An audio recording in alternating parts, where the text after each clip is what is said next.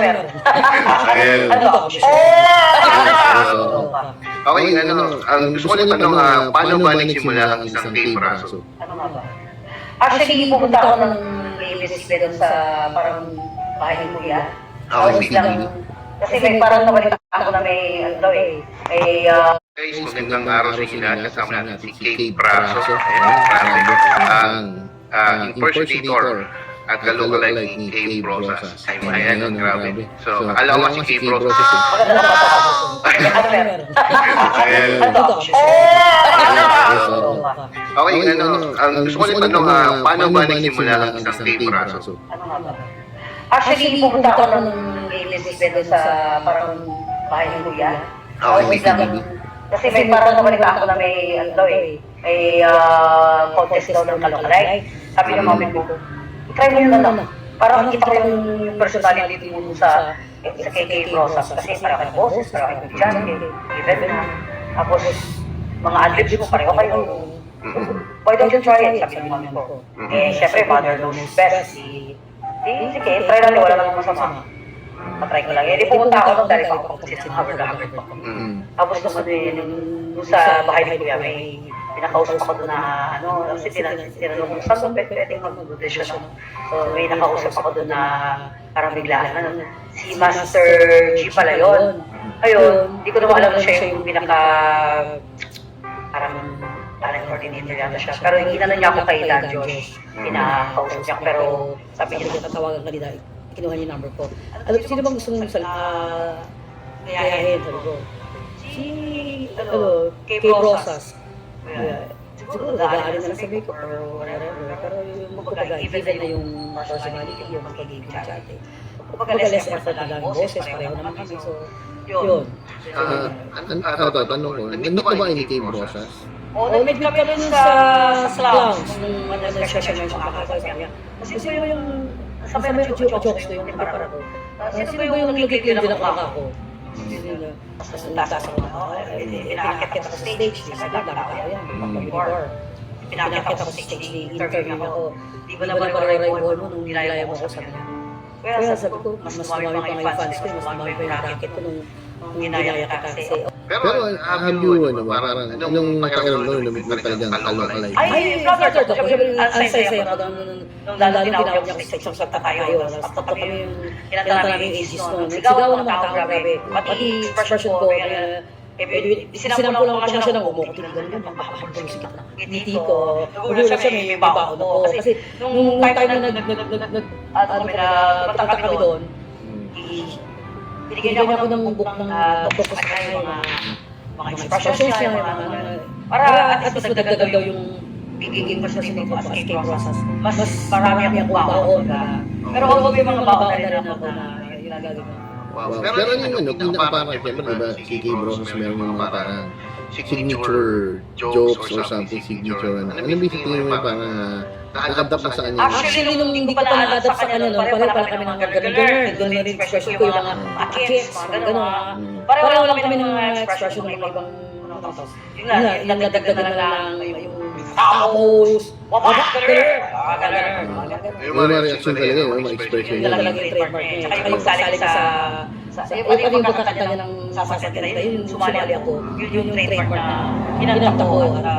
Alam mo, ito kasama yung si Gladys Guevara, di ba? Sa Kaya the Boxers. Sa mga comedy bar. Sa Clown Circle, gano'n.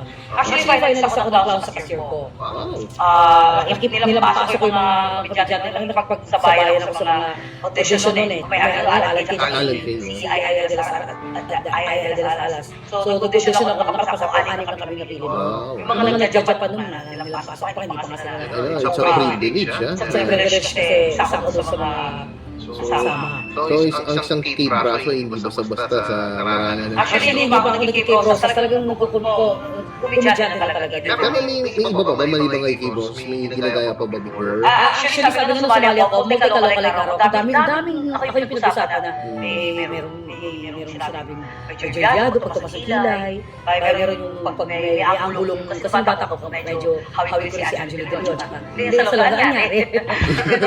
Nag-iba yung mukha ko, tapos yung medyo sumali ako sa shoota, may sinabing Dolores Begonia, may si Javier, may Susan Enriquez, may ang dami actually. Actually, kamukha mo kasi yung nanay ng kaibigan ko, si Luchi Cruz Valdez. Ang dami sinabi sa akin ng kamukha ko. Kumbaga sa lahat ng kalokalay, ito yung pinakamultay kalokalay ko. Ang dami. Pwede pagluhan, di ba? Kulong kasi. Kahit saan pwede, no? So, ito na lang, last question ko. Sa mga gusto mo sabihin sa mga gustong pumasok sa mundo nyo ng stand-up comedy. Kasi, alam ko marami dyan na mga gustong maging stand-up comedian like you, Alan Kay, or, diba?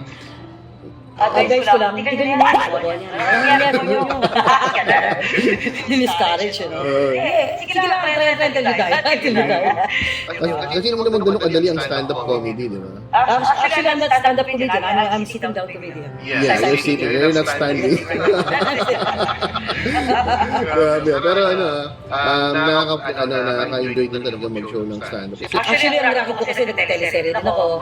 Freelance artist sa all network. So, pwede ako sa TV5, sa GMA, ABS-CBN, tapos mga endorser din ako mga commercial, mga pati hosting. 30 years na din ako sa showbiz ng freelance artist naman. Kumakanta rin lahat, actually. Ano ang favorite kung sabi mo kumakanta ka, pero anong favorite songs? Actually, ako yung mga songs, kung ano yung bagay sa boses ko, yung mga husky, mga pwede rin Aegis, pwede rin mga Shirley Bassey, pwede rin mga saan natin kinakanta ko ngayon. Tina Turner. Tina Turner. Pwede rin. What's love got to do? Actually, pwede paglaro yung boss ko, pero bata ko kinakanta ko ng Malaya sa loob. Disney princess pa lang ang kinakanta ng bata. Message na lang sa mga, mga aspiring na artist, hindi man sa stand-up comedy, sa pag-host. Di ba, nag-host ka din, di ba? Sa mga, host. sa mga gusto magpumasok sa event, kasi alam ko, narinig ko, nag-event ka din. So, what is your message sa mga taong gustong pasukin yung mundo na? Actually, alam mo, discard lang eh. Ako dati nung business pera sa akin eh, isang hosting ko lang eh.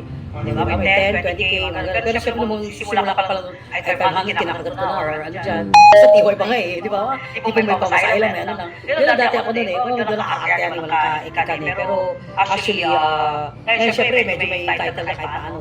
Tinataasan na natin, di ba? Yes. So, yun, guys, no? Sa mga gusto Pwede pumasok. corporate, pwede comedy, kiddie party, or pwede rin naglalala ka sa bukuman. So, depende, mag-adjust ka, or pwede rin minsan nag-costume ako ng Hello Kitty, or depende sa team na kanilang event nila. No? Maraming salamat, Miss Kay Braso, sa oras mo at I hope we can see each other again. Hindi na virus sa cellphone mo, no? Hindi na eh. So, maraming salamat sa iyo and thank you for Galing! Tapos! So, thank you guys. Paalam na at mapaalam mo. Yeah, follow niyo siya, Kay Braso on social media. Yeah.